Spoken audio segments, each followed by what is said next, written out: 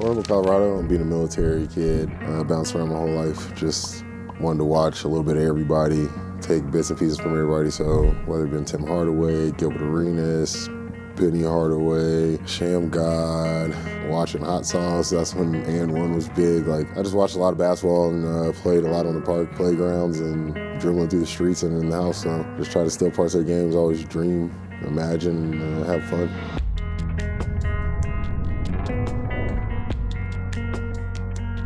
After signing with the team and showing up, coming to Denver, coming to Ball Arena and driving by the Denver Coliseum where I won my last high school game, played the Elite Eight there in 2008 versus Regis High School. So it was just fun to go through memories. It was just a quick flashback as we were driving by and then just thinking that it's all come full circle.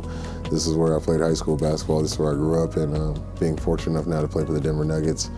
Last year, especially knowing that it was a championship run, understanding that was the goal and being fortunate enough to win one, that was just a very cool moment for myself.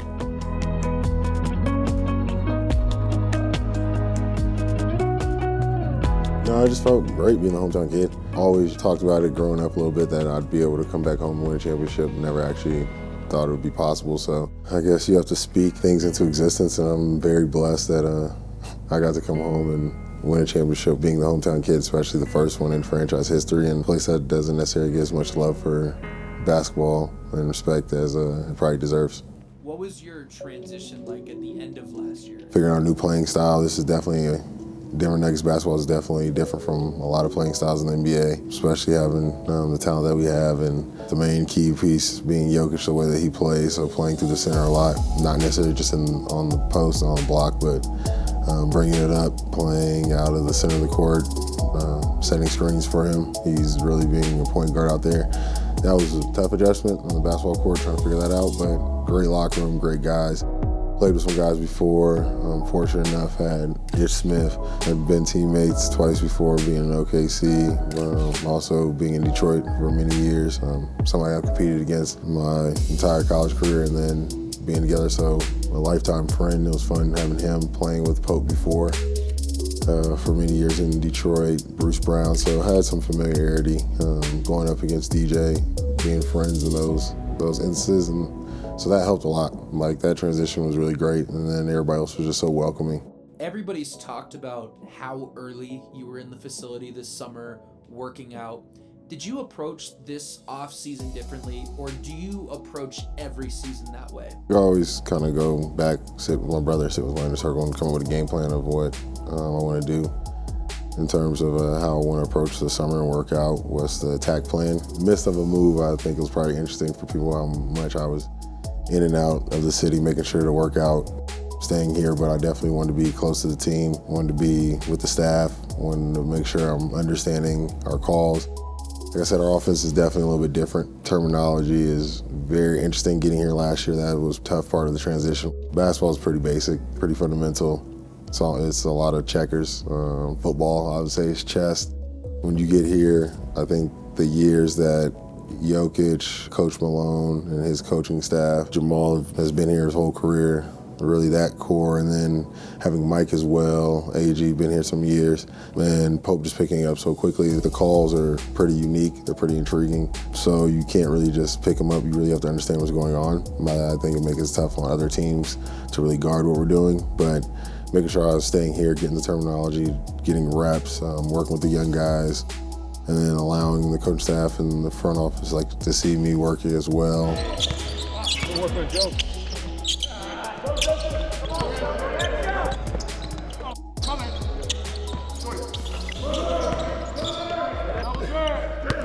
I couldn't have been in a better place or around a better group of guys to make sure that I was going to be ready for whatever the season threw at me this year.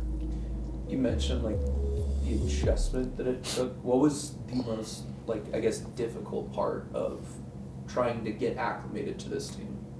Understanding that you're going to play off the ball a lot, but playing off the ball does not necessarily mean that you're not going to be a threat. Reggie Jackson, lay it up and in. Back to Reggie Jackson.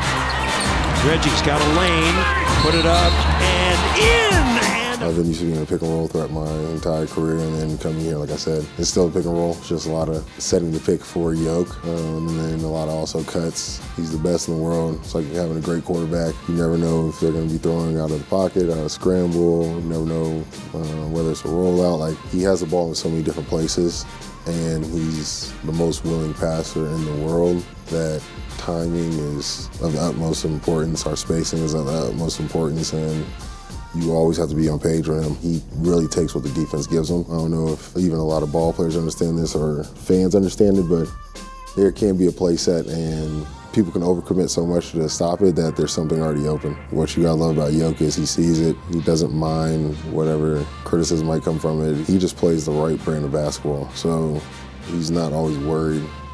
I always try to tell young players who like sets are only there to put us in position to take advantage of what the defense gives us. Like, you can draw up a play and all those things, but he just sees it so quickly, and you have to understand that. You have to see what he sees. Joker off to the races.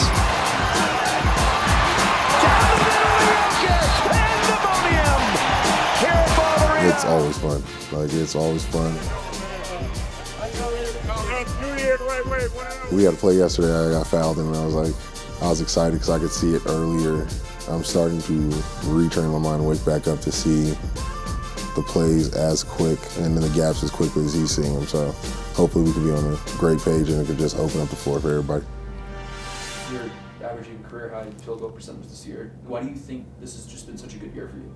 I think it's been a great year just because the time that I've been able to put in, and I think the belief that my teammates and my coaching staff, the front office has in me, and the confidence that they've instilled in me. I think all those things go together. Like I said, when you're playing with the best player in the world, you're understanding that a lot of people are trying to stop him.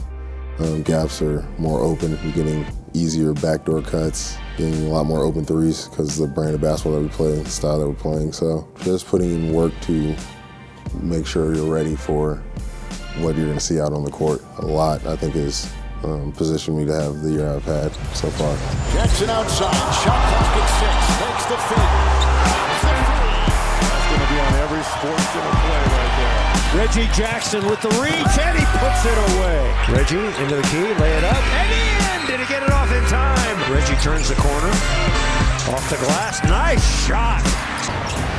Reggie Jackson into the lane, scoop it up and in. Reggie in the lane, backhand layup is a beauty. Wow.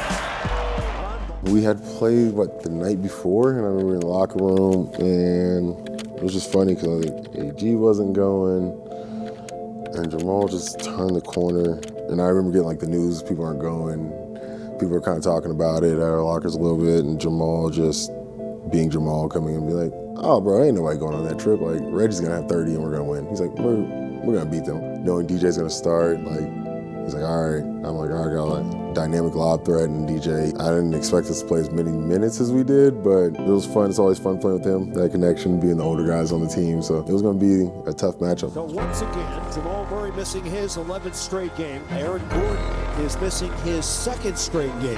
And of course, Nikola Jokic out tonight. 10 years with the LA Clippers. Nice bounce pass, and Reggie Jackson is away. Got himself down to fit in with the team. The lob to George, 4th point. The Clippers up by a couple. And once again to DeAndre Jordan. That's what I live for. I love playing in adversity, against adversity, being tested. You really find out who you are. You find out the mood of not only yourself, but your teammates. You find out how strong you are, if you're resilient. Reggie over Zubac. Got it! Playing short-handed and playing well. Jackson! That's 8 total rebounds for DeAndre Jordan. And the Nuggets lead by a couple. Lob to Jordan! Honestly, we were rolling at third. Until I went back and watched film, I didn't realize how well the pick and roll was going, how much I was probably the usage rate while things were going well. Basically, the team cheers, it felt like we were scoring the whole time.